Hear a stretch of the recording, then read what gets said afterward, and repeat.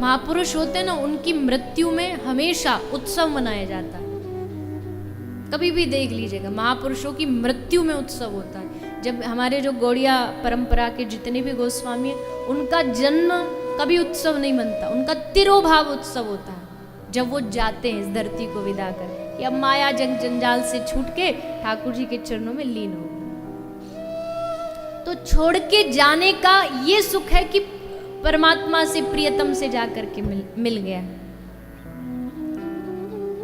देखो, प्रियतम से मिलने का सुख किस कन्या को होगा? थोड़ा एक संसारिक उदाहरण से सोचिए। प्रियतम से मिलने का सुख कौन सी कन्या को होगा? किसी की शादी हो रही है, ससुराल जाने वाली है लड़की, तो उसी कन्या को सुख होगा ससुराल जाने का जिसने मायके में कुछ गड़बड़ झाला नहीं किया। गड़बड़ झाला मतलब जिसका चरित्र एकदम साफ हो, किसी प्रकार का दाग ना हो, तो उसको ससुराल में जाने का, प्रियतम के पास जाने का सुख होता है। लेकिन जिसको पता है कि उसने यहाँ बड़ा सब उल्टा सीधा काम किया, तो उसे हमेशा डर रहेगा कि कहीं ससुराल में जाकर के हमारा कोई पर्चा ना खोल दे। ऐसा ना हो जाए कि ससुराल में सब कोई जाके पहुंच जाए कि अजी तुम तो वो हो। जो पवित्रता से जिसने कन्या ने अपना जीवन जिया है ना, वो बिल्कुल नहीं डरेगी, एकदम निडर रहेगी। मुझे पता है मेरा कोई ऐसा कर्म, कोई ऐसा चरित्र ही नहीं है।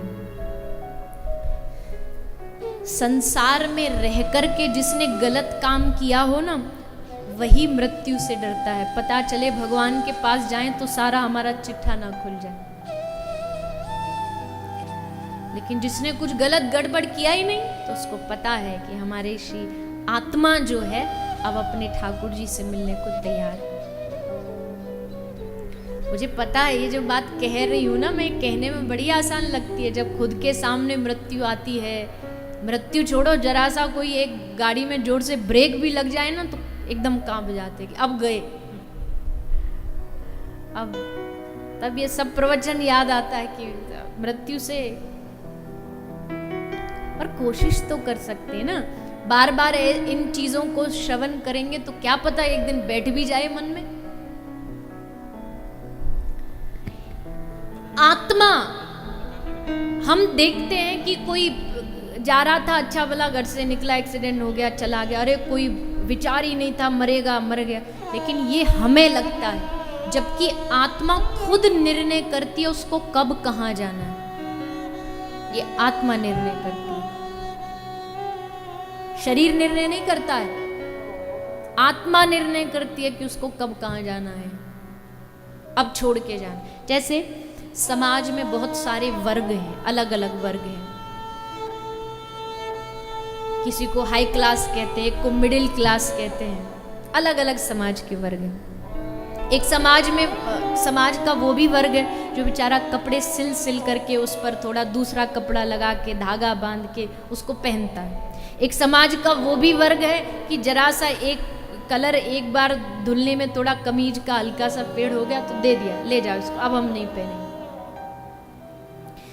अब ये कौन निर्णय करता है कि आपके कपड़े कब पुराने हुए? मान लीजिए कोई हाई स्टैंडर्ड का बड़ा आदमी है, वो एक प्रकार एक जोड़ी वस्त्र पहनेगा, एक जोड़ी वस्त्र पहन के उसको 2-4 बार पहन के अब उसे दे देगा, अपने नौकर को दे देगा। नौकर उसको 5-7 महीना पहनेगा और फिर जब वो अपने गांव जाएगा तो वो अपने किसी दोस्त को दे देगा, ले सेठ जी की कमीज शहर से लाया। अब वो जिसके पास कमीज आती है, गांव वाले के पास, वो उस कमीज को देख के कहता, अच्छा इसका सेठ भी एकदम पागल है, इतनी बढ़िया कमीज फेंक दी।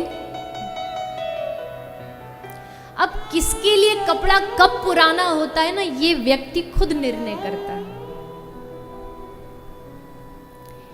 ठीक उसी तरह ये शरीर कब पुराना हो गया और कब मुझे अब इसको बदल के दूसरी जगह जाना चाहिए, ये आत्मा निर्णय करती है।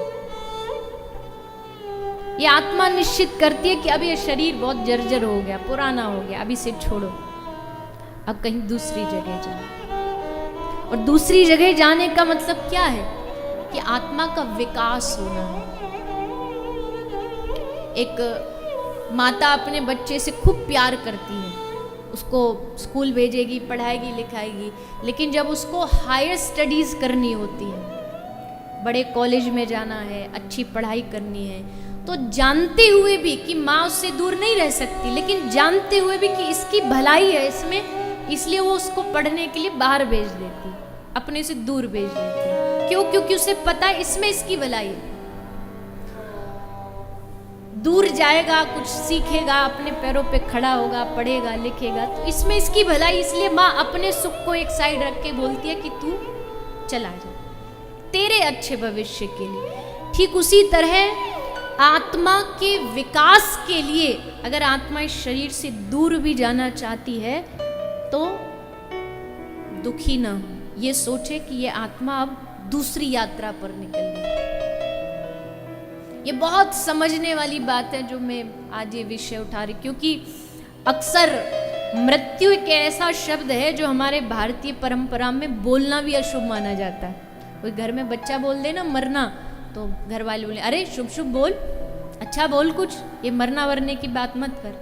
कोई बोल देता है वृद्ध कि अब तो हम बस कुछ ही दिन के मेहमान, तो हम बोलते अजी ऐसा मत कहो, अभी तो आप, हमें लगता है मृत्यु अशुभ है।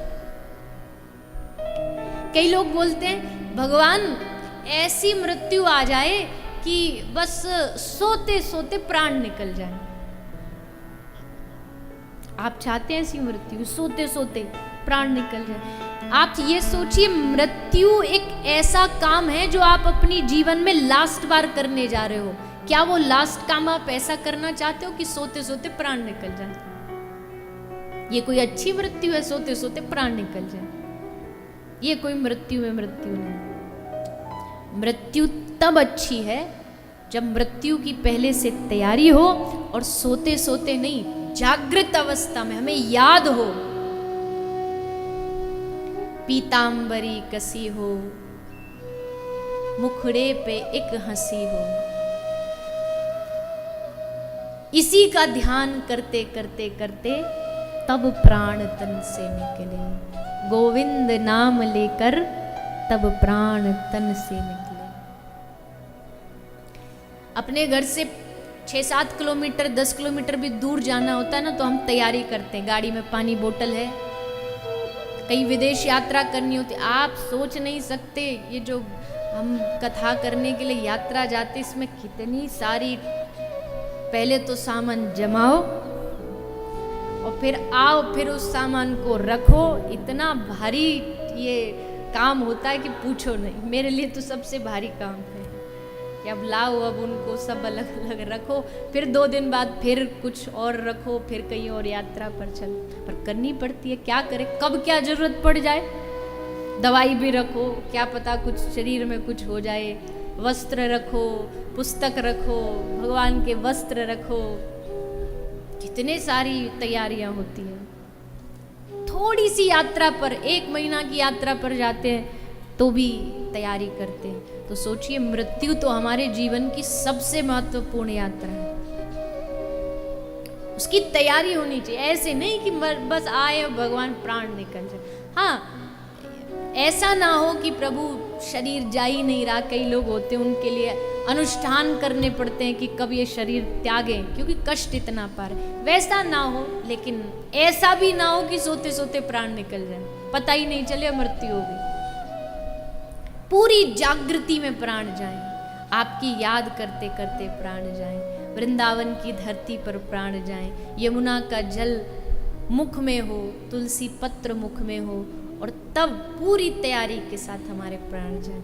हाँ, ये हमारे हाथ में नहीं है, पर इसकी प्रोसेस जो है वो हमारे हाथ में है। श्री नारद जी ने कहा भगवान से कि प्रभु एक बात बताओ, कहते हैं कि मृत्यु के समय भगवान को याद करना चाहिए। एक भक्त पूरे जीवन भर आपका भजन करे, लेकिन अंत समय में किसी कारण कफवात पित्तादि दोषेन अगर वो आपको याद न कर पाया तो जीवन भर उसने भक्ति की है, लेकिन अंत में अगर उसका शरीर काम नहीं दे रहा, कंठ काम नहीं दे रहा, मन वृत्ति काम नहीं दे रही, तब अगर वो आपको याद नहीं कर पाया तो भगवान ने नारद जी से कहा कि अगर वो मुझे याद नहीं कर पाया उस समय, तो मैं उसको याद करूंगा। ये मेरी प्रतिज्ञा है, मेरा वादा, पर शर्त है कि सारे जीवन भर उसने मुझे याद किया हो। अगर उसने मुझे जीवन भर याद किया हो तो मृत्यु के समय ना भी निकला तो मैं उसे याद करूं, मैं उसके पास जाऊंगी। उदाहरण है पितामह भीष्म।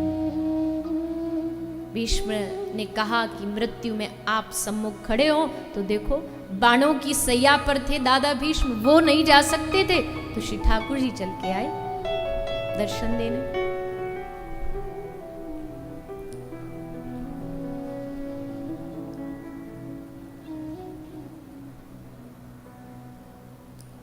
मृत्यु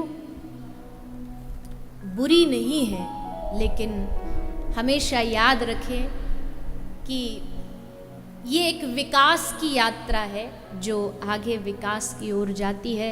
हाँ, जीवन में कर्म अच्छे करेंगे तो विकास की ओर जाएगी, और जीवन में कर्म अच्छे नहीं करेंगे तो विनाश की ओर जाएगी, अनंत अंधकार की ओर जाएगी। इसलिए प्रयास करें जीवन में अपने जन्म के जीवन का जो प्रोसेस है, हानि लाभ जीवन मरण जप अपयश विधि हाथ। गोस्वामी तुलसीदास जी कहते हैं भैया जन्म हमारे हाथ में नहीं, आपने डिसाइड किया था आपको किस घर में जन्म लेना है, आपने निर्णय किया था कि आपको किस कुल में जन्म लेना है।